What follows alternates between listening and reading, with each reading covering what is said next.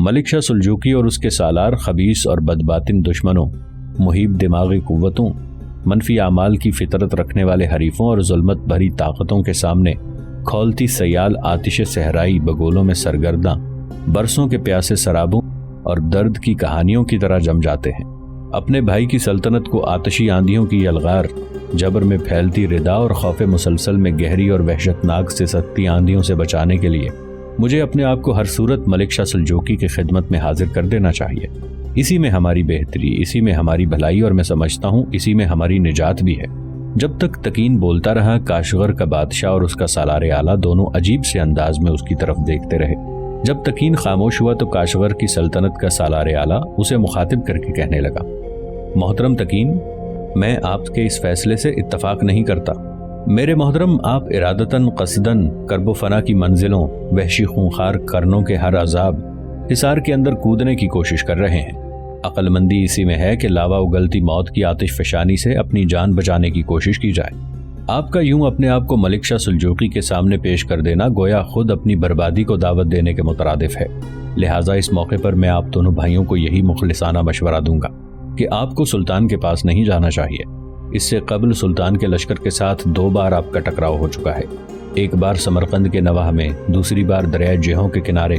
آپ کا کیا خیال ہے کہ آپ کے ان دونوں ٹکراؤ کو سلطان ملک شاہ سلجوقی فراموش کر چکا ہوگا؟ جب آپ اس کے سامنے جائیں گے تو آپ کی یہ دونوں جنگیں اور پھر عین الدولہ کے کہنے پر اپنے لشکر کے ساتھ آپ کا سمرقند میں داخل ہونا اسے آپ کے خلاف کوئی انتہائی فیصلہ کرنے پر مجبور نہ کر دے۔ تکین کے چہرے پر تلخ مسکراہٹ نمودار ہوئی۔ سالار اعلیٰ کو مخاطب کر کے کہنے لگا، تم خود اس موقع پر کیا مشورہ دیتے ہو؟ میں تو اس موقع پر یہ مشورہ دوں گا کہ ہمیں ان قاصدوں کو باعزت واپس بھیج دینا چاہیے۔ ان کے خلاف کوئی تادیبی کارروائی نہیں کرنی چاہیے۔ ملک شاہ سلجوقی کے خلاف بھی کوئی لفظ اپنی زبان سے نہیں نکالنا چاہیے۔ بالکل چپ سادھ لینی چاہیے۔ ان دنوں برف باری کا دور ہے، راستے برف سے اٹے ہوئے ہیں۔ مجھے امید ہے کہ اس قدر کڑے موسم اور دشوار گزار شاہراہوں پر ہوتا ہوا سلطان کاشغر کا رخ نہیں کرے گا۔ تکین نے ہلکا سا قہقہہ لگایا اور کہنے لگا، یہ تمہاری بھول ہے، تمہاری غلط فہمی ہے۔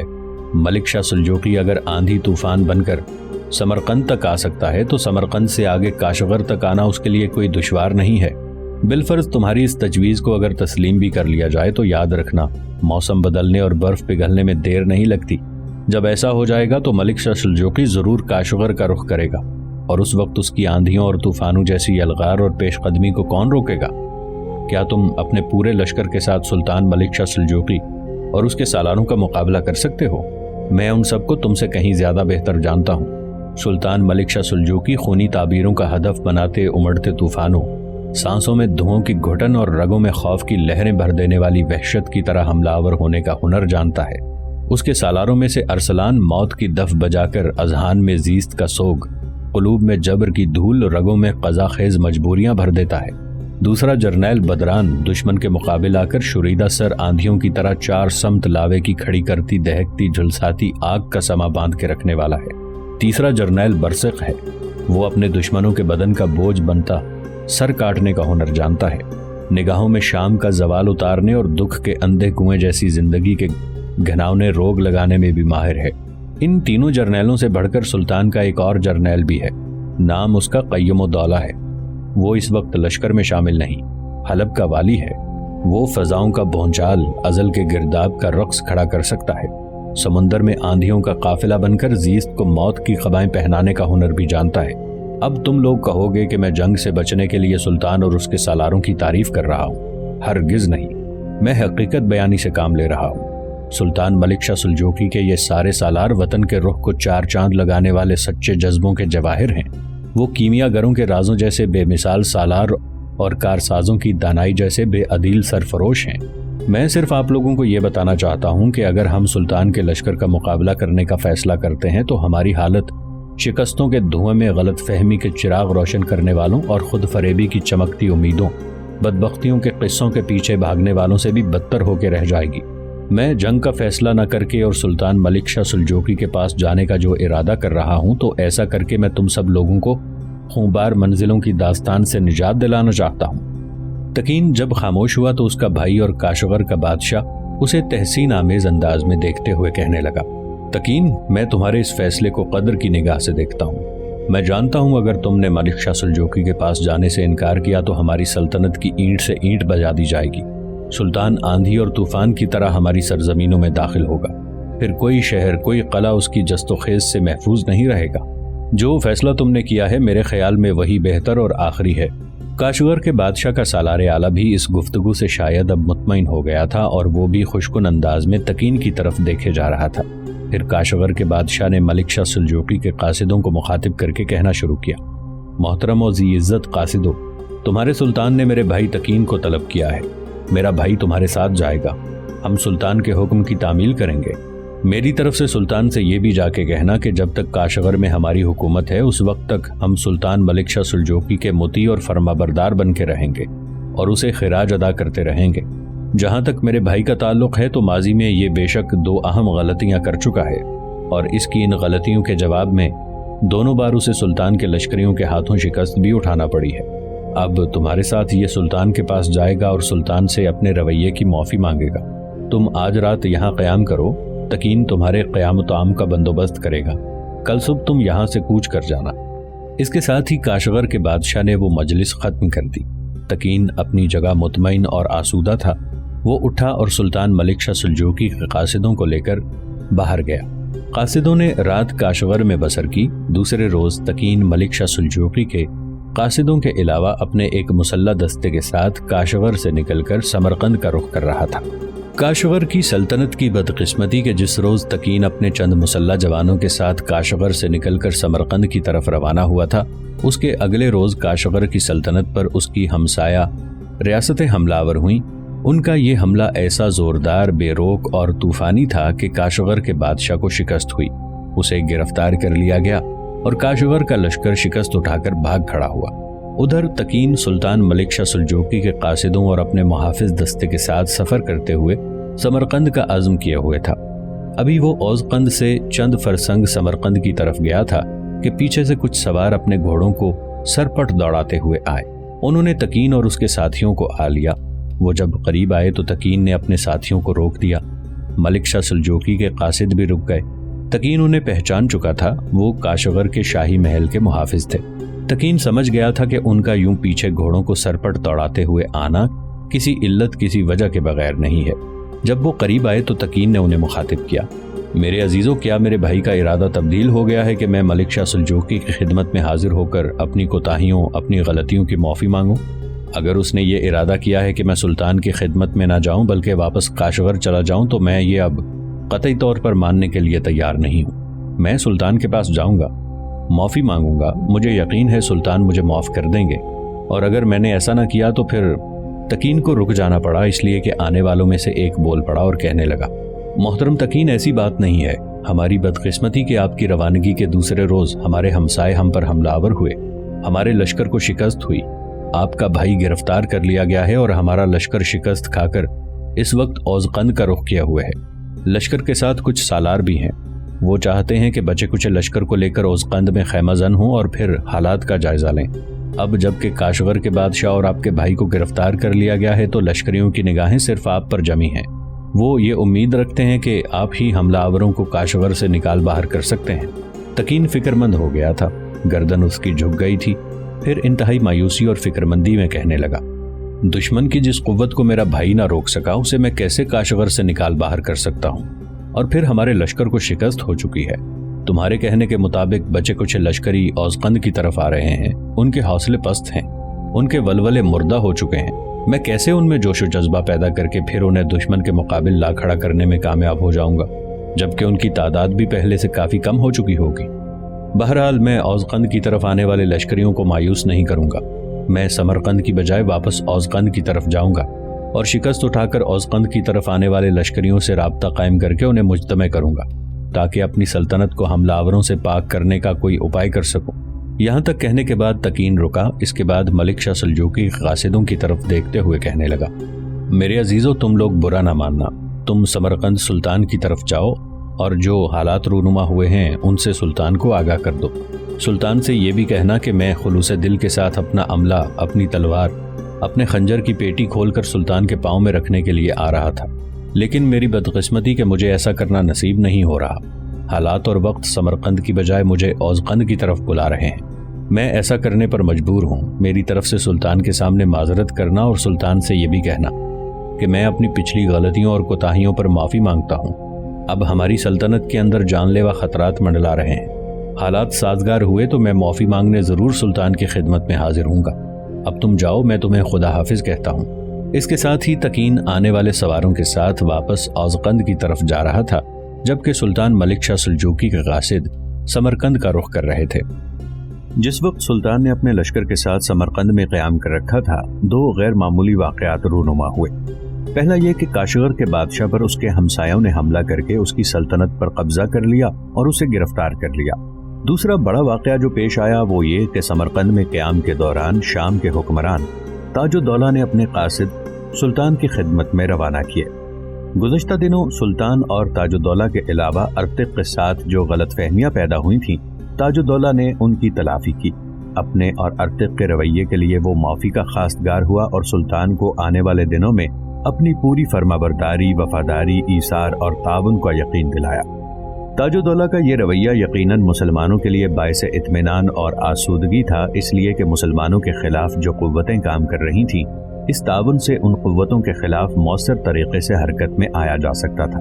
سمرقند میں ایک روز سلطان اپنے سالاروں کے ساتھ بیٹھا شام کے حکمران تاج الدولہ کی طرف سے آنے والے قاصدوں سے جو گفتگو ہوئی تھی اسی پر بحث کر رہا تھا کہ سلطان کا ذاتی غلام کودن خیمے میں داخل ہوا اور سلطان کو مخاطب کر کے کہنے لگا، سلطان محترم، جو قاصد آپ نے کاشغر کے بادشاہ کی طرف روانہ کیے تھے وہ لوٹ آئے ہیں اور آپ کی خدمت میں حاضر ہونا چاہتے ہیں۔ اس خبر پر سلطان نے گفتگو کا سلسلہ موقوف کر دیا۔ کودن کو حکم دیا کہ قاصدوں کو اندر بلایا جائے۔ کودن باہر نکلا۔ تھوڑی دیر بعد کاشغر کی طرف سے آنے والے قاصد سلطان کے سامنے آئے۔ سلطان نے انہیں بیٹھنے کے لیے کہا، پھر اس کے بعد پورے واقعات بیان کرنے کا حکم دیا، جس پر قاصدوں نے کاشغر جانے، تکین کے ان کے ساتھ آ جانے اور اس کی غیر موجودگی میں کاشغر کی سلطنت پر حملہ آور ہونے اور کاشغر کے بادشاہ کو گرفتار کرنے کی خبر سن کر تکین کے واپس اوزقند کی طرف جانے کی ساری تفصیل کہہ دی۔ سلطان تھوڑی دیر تک گہری خاموشی میں ڈوبا رہا۔ یہ تفصیل سن کر وہ کسی قدر پریشان اور فکر مند سا ہو گیا تھا۔ کچھ دیر کے سوچ و بچار کے بعد اس نے اپنے سارے سالاروں کو مخاطب کرتے ہوئے کہنا شروع کیا، عزیزان من، یہ خبر تو یقیناً ہمارے لیے حوصلہ افزا ہے کہ ہمارے قاصدوں کے ساتھ تکین فرما برداری کا اظہار کرنے کے لیے اور معافی طلب کرنے کے لیے سمرقند کا رخ کر رہا تھا، لیکن یہ بات ہمارے لیے تشویشناک ہے کہ کاشغر کے بادشاہ پر حملہ کر کے اسے گرفتار کر لیا گیا ہے اور شکست خوردہ لشکر اس وقت اوزقند کی طرف ہے اور تکین بھی اوزقند کی طرف جا چکا ہے۔ ایسا قدم اٹھا کر تکین نے ہمارے خلاف کوئی سرکشی نہیں کی۔ میں سمجھتا ہوں اسے ایسا کرنا چاہیے تھا تاکہ کاشغر کے بادشاہ کا جو لشکر شکست اٹھا کر اوزقند کی طرف آیا ہے وہ اسے متحد اور منظم کر سکے۔ میرے عزیزو، جہاں تک کاشغر کے بادشاہ کا تعلق ہے تو وہ ماضی میں ہمیں خراج ادا کرتا رہا ہے۔ اگر وہ خراج ادا کرتا رہا ہے تو مصیبت کے وقت اس کے کام آنا بھی ہم پر لازم اور فرض بنتا ہے، لہٰذا دشمن کے مقابلے میں ہم اسے تنہا نہیں چھوڑیں گے۔ اس سلسلے میں تکین سے بھی کام لیں گے۔ میں نے جو فیصلہ ابھی کیا ہے وہ یہ کہ لشکر آج ہی یہاں سے اوزقند کی طرف کوچ کرے گا، وہاں تکین سے رابطہ قائم کیا جائے گا، اس کے بعد کاشغر کی سلطنت پر حملہ آور ہونے والوں سے نمٹا جائے گا۔ لمحے بھر کے لیے خاموش رہ کر سلطان ملک شاہ سلجوقی ارسلان کی طرف دیکھتے ہوئے کہنے لگا، ارسلان میرے بیٹے، میں لشکر کے یہاں سے کوچ کرنے سے قبل تمہارے ذمہ ایک کام لگا رہا۔ اس سلسلے میں بدران تمہارے ہمراہ ہوگا۔ جہاں تک برسق اور عثمان جگ کا تعلق ہے، یہ دیگر سالاروں کے ساتھ میرے پاس رہیں گے۔ میں چاہتا ہوں تم اس لشکر کے ساتھ جو ہمیشہ تمہاری کمانداری میں رہتا ہے یہاں سے تھوڑی دیر بعد کوچ کر جاؤ، اوزقند کا رخ کرو، وہاں تکین سے رابطہ کرو، اسے تسلی دو، اسے حوصلہ دو، اپنے طریقے پر اس کے لشکر کو تنظیم دو۔ تمہارے پیچھے میں بھی سارے لشکر کے ساتھ اوزقند کا رخ کروں گا۔ لشکر کے اندر جو سالاروں اور لشکریوں کے اہل خانہ ہیں وہ سمرقند میں ہی رہیں، اس لیے کہ سرما کا موسم ہے، آسمان صاف نہیں ہوا، برف باری پھر شروع ہو سکتی ہے، اس لیے کہ گزشتہ دن کے جو بادل بنے ہوئے ہیں وہ برف باری ہی کی علامت ظاہر کرتے ہیں۔ تم جا کے تکین کو تسلی دینا کہ ہماری طرف سے اس کے خلاف کوئی تادیبی کارروائی نہیں کی جائے گی، بلکہ اس کے ساتھ مل کر کاشغر پر حملہ آور ہونے والوں کو ہم مار بھگائیں گے اور کاشغر پر اس کے بھائی کی حکومت کو بحال کریں گے۔ سلطان رکا، پھر وہ کہنے لگا، جس طرح تکین معافی مانگنے کے لیے ہمارے پاس آ رہا تھا اور اپنی فرما برداری کا اظہار کر دینا چاہتا تھا، اگر ایسا ہو جاتا تو اسے معاف کرنے اور اسے واپس کاشغر کی طرف روانہ کرنے کے بعد میرا ارادہ تھا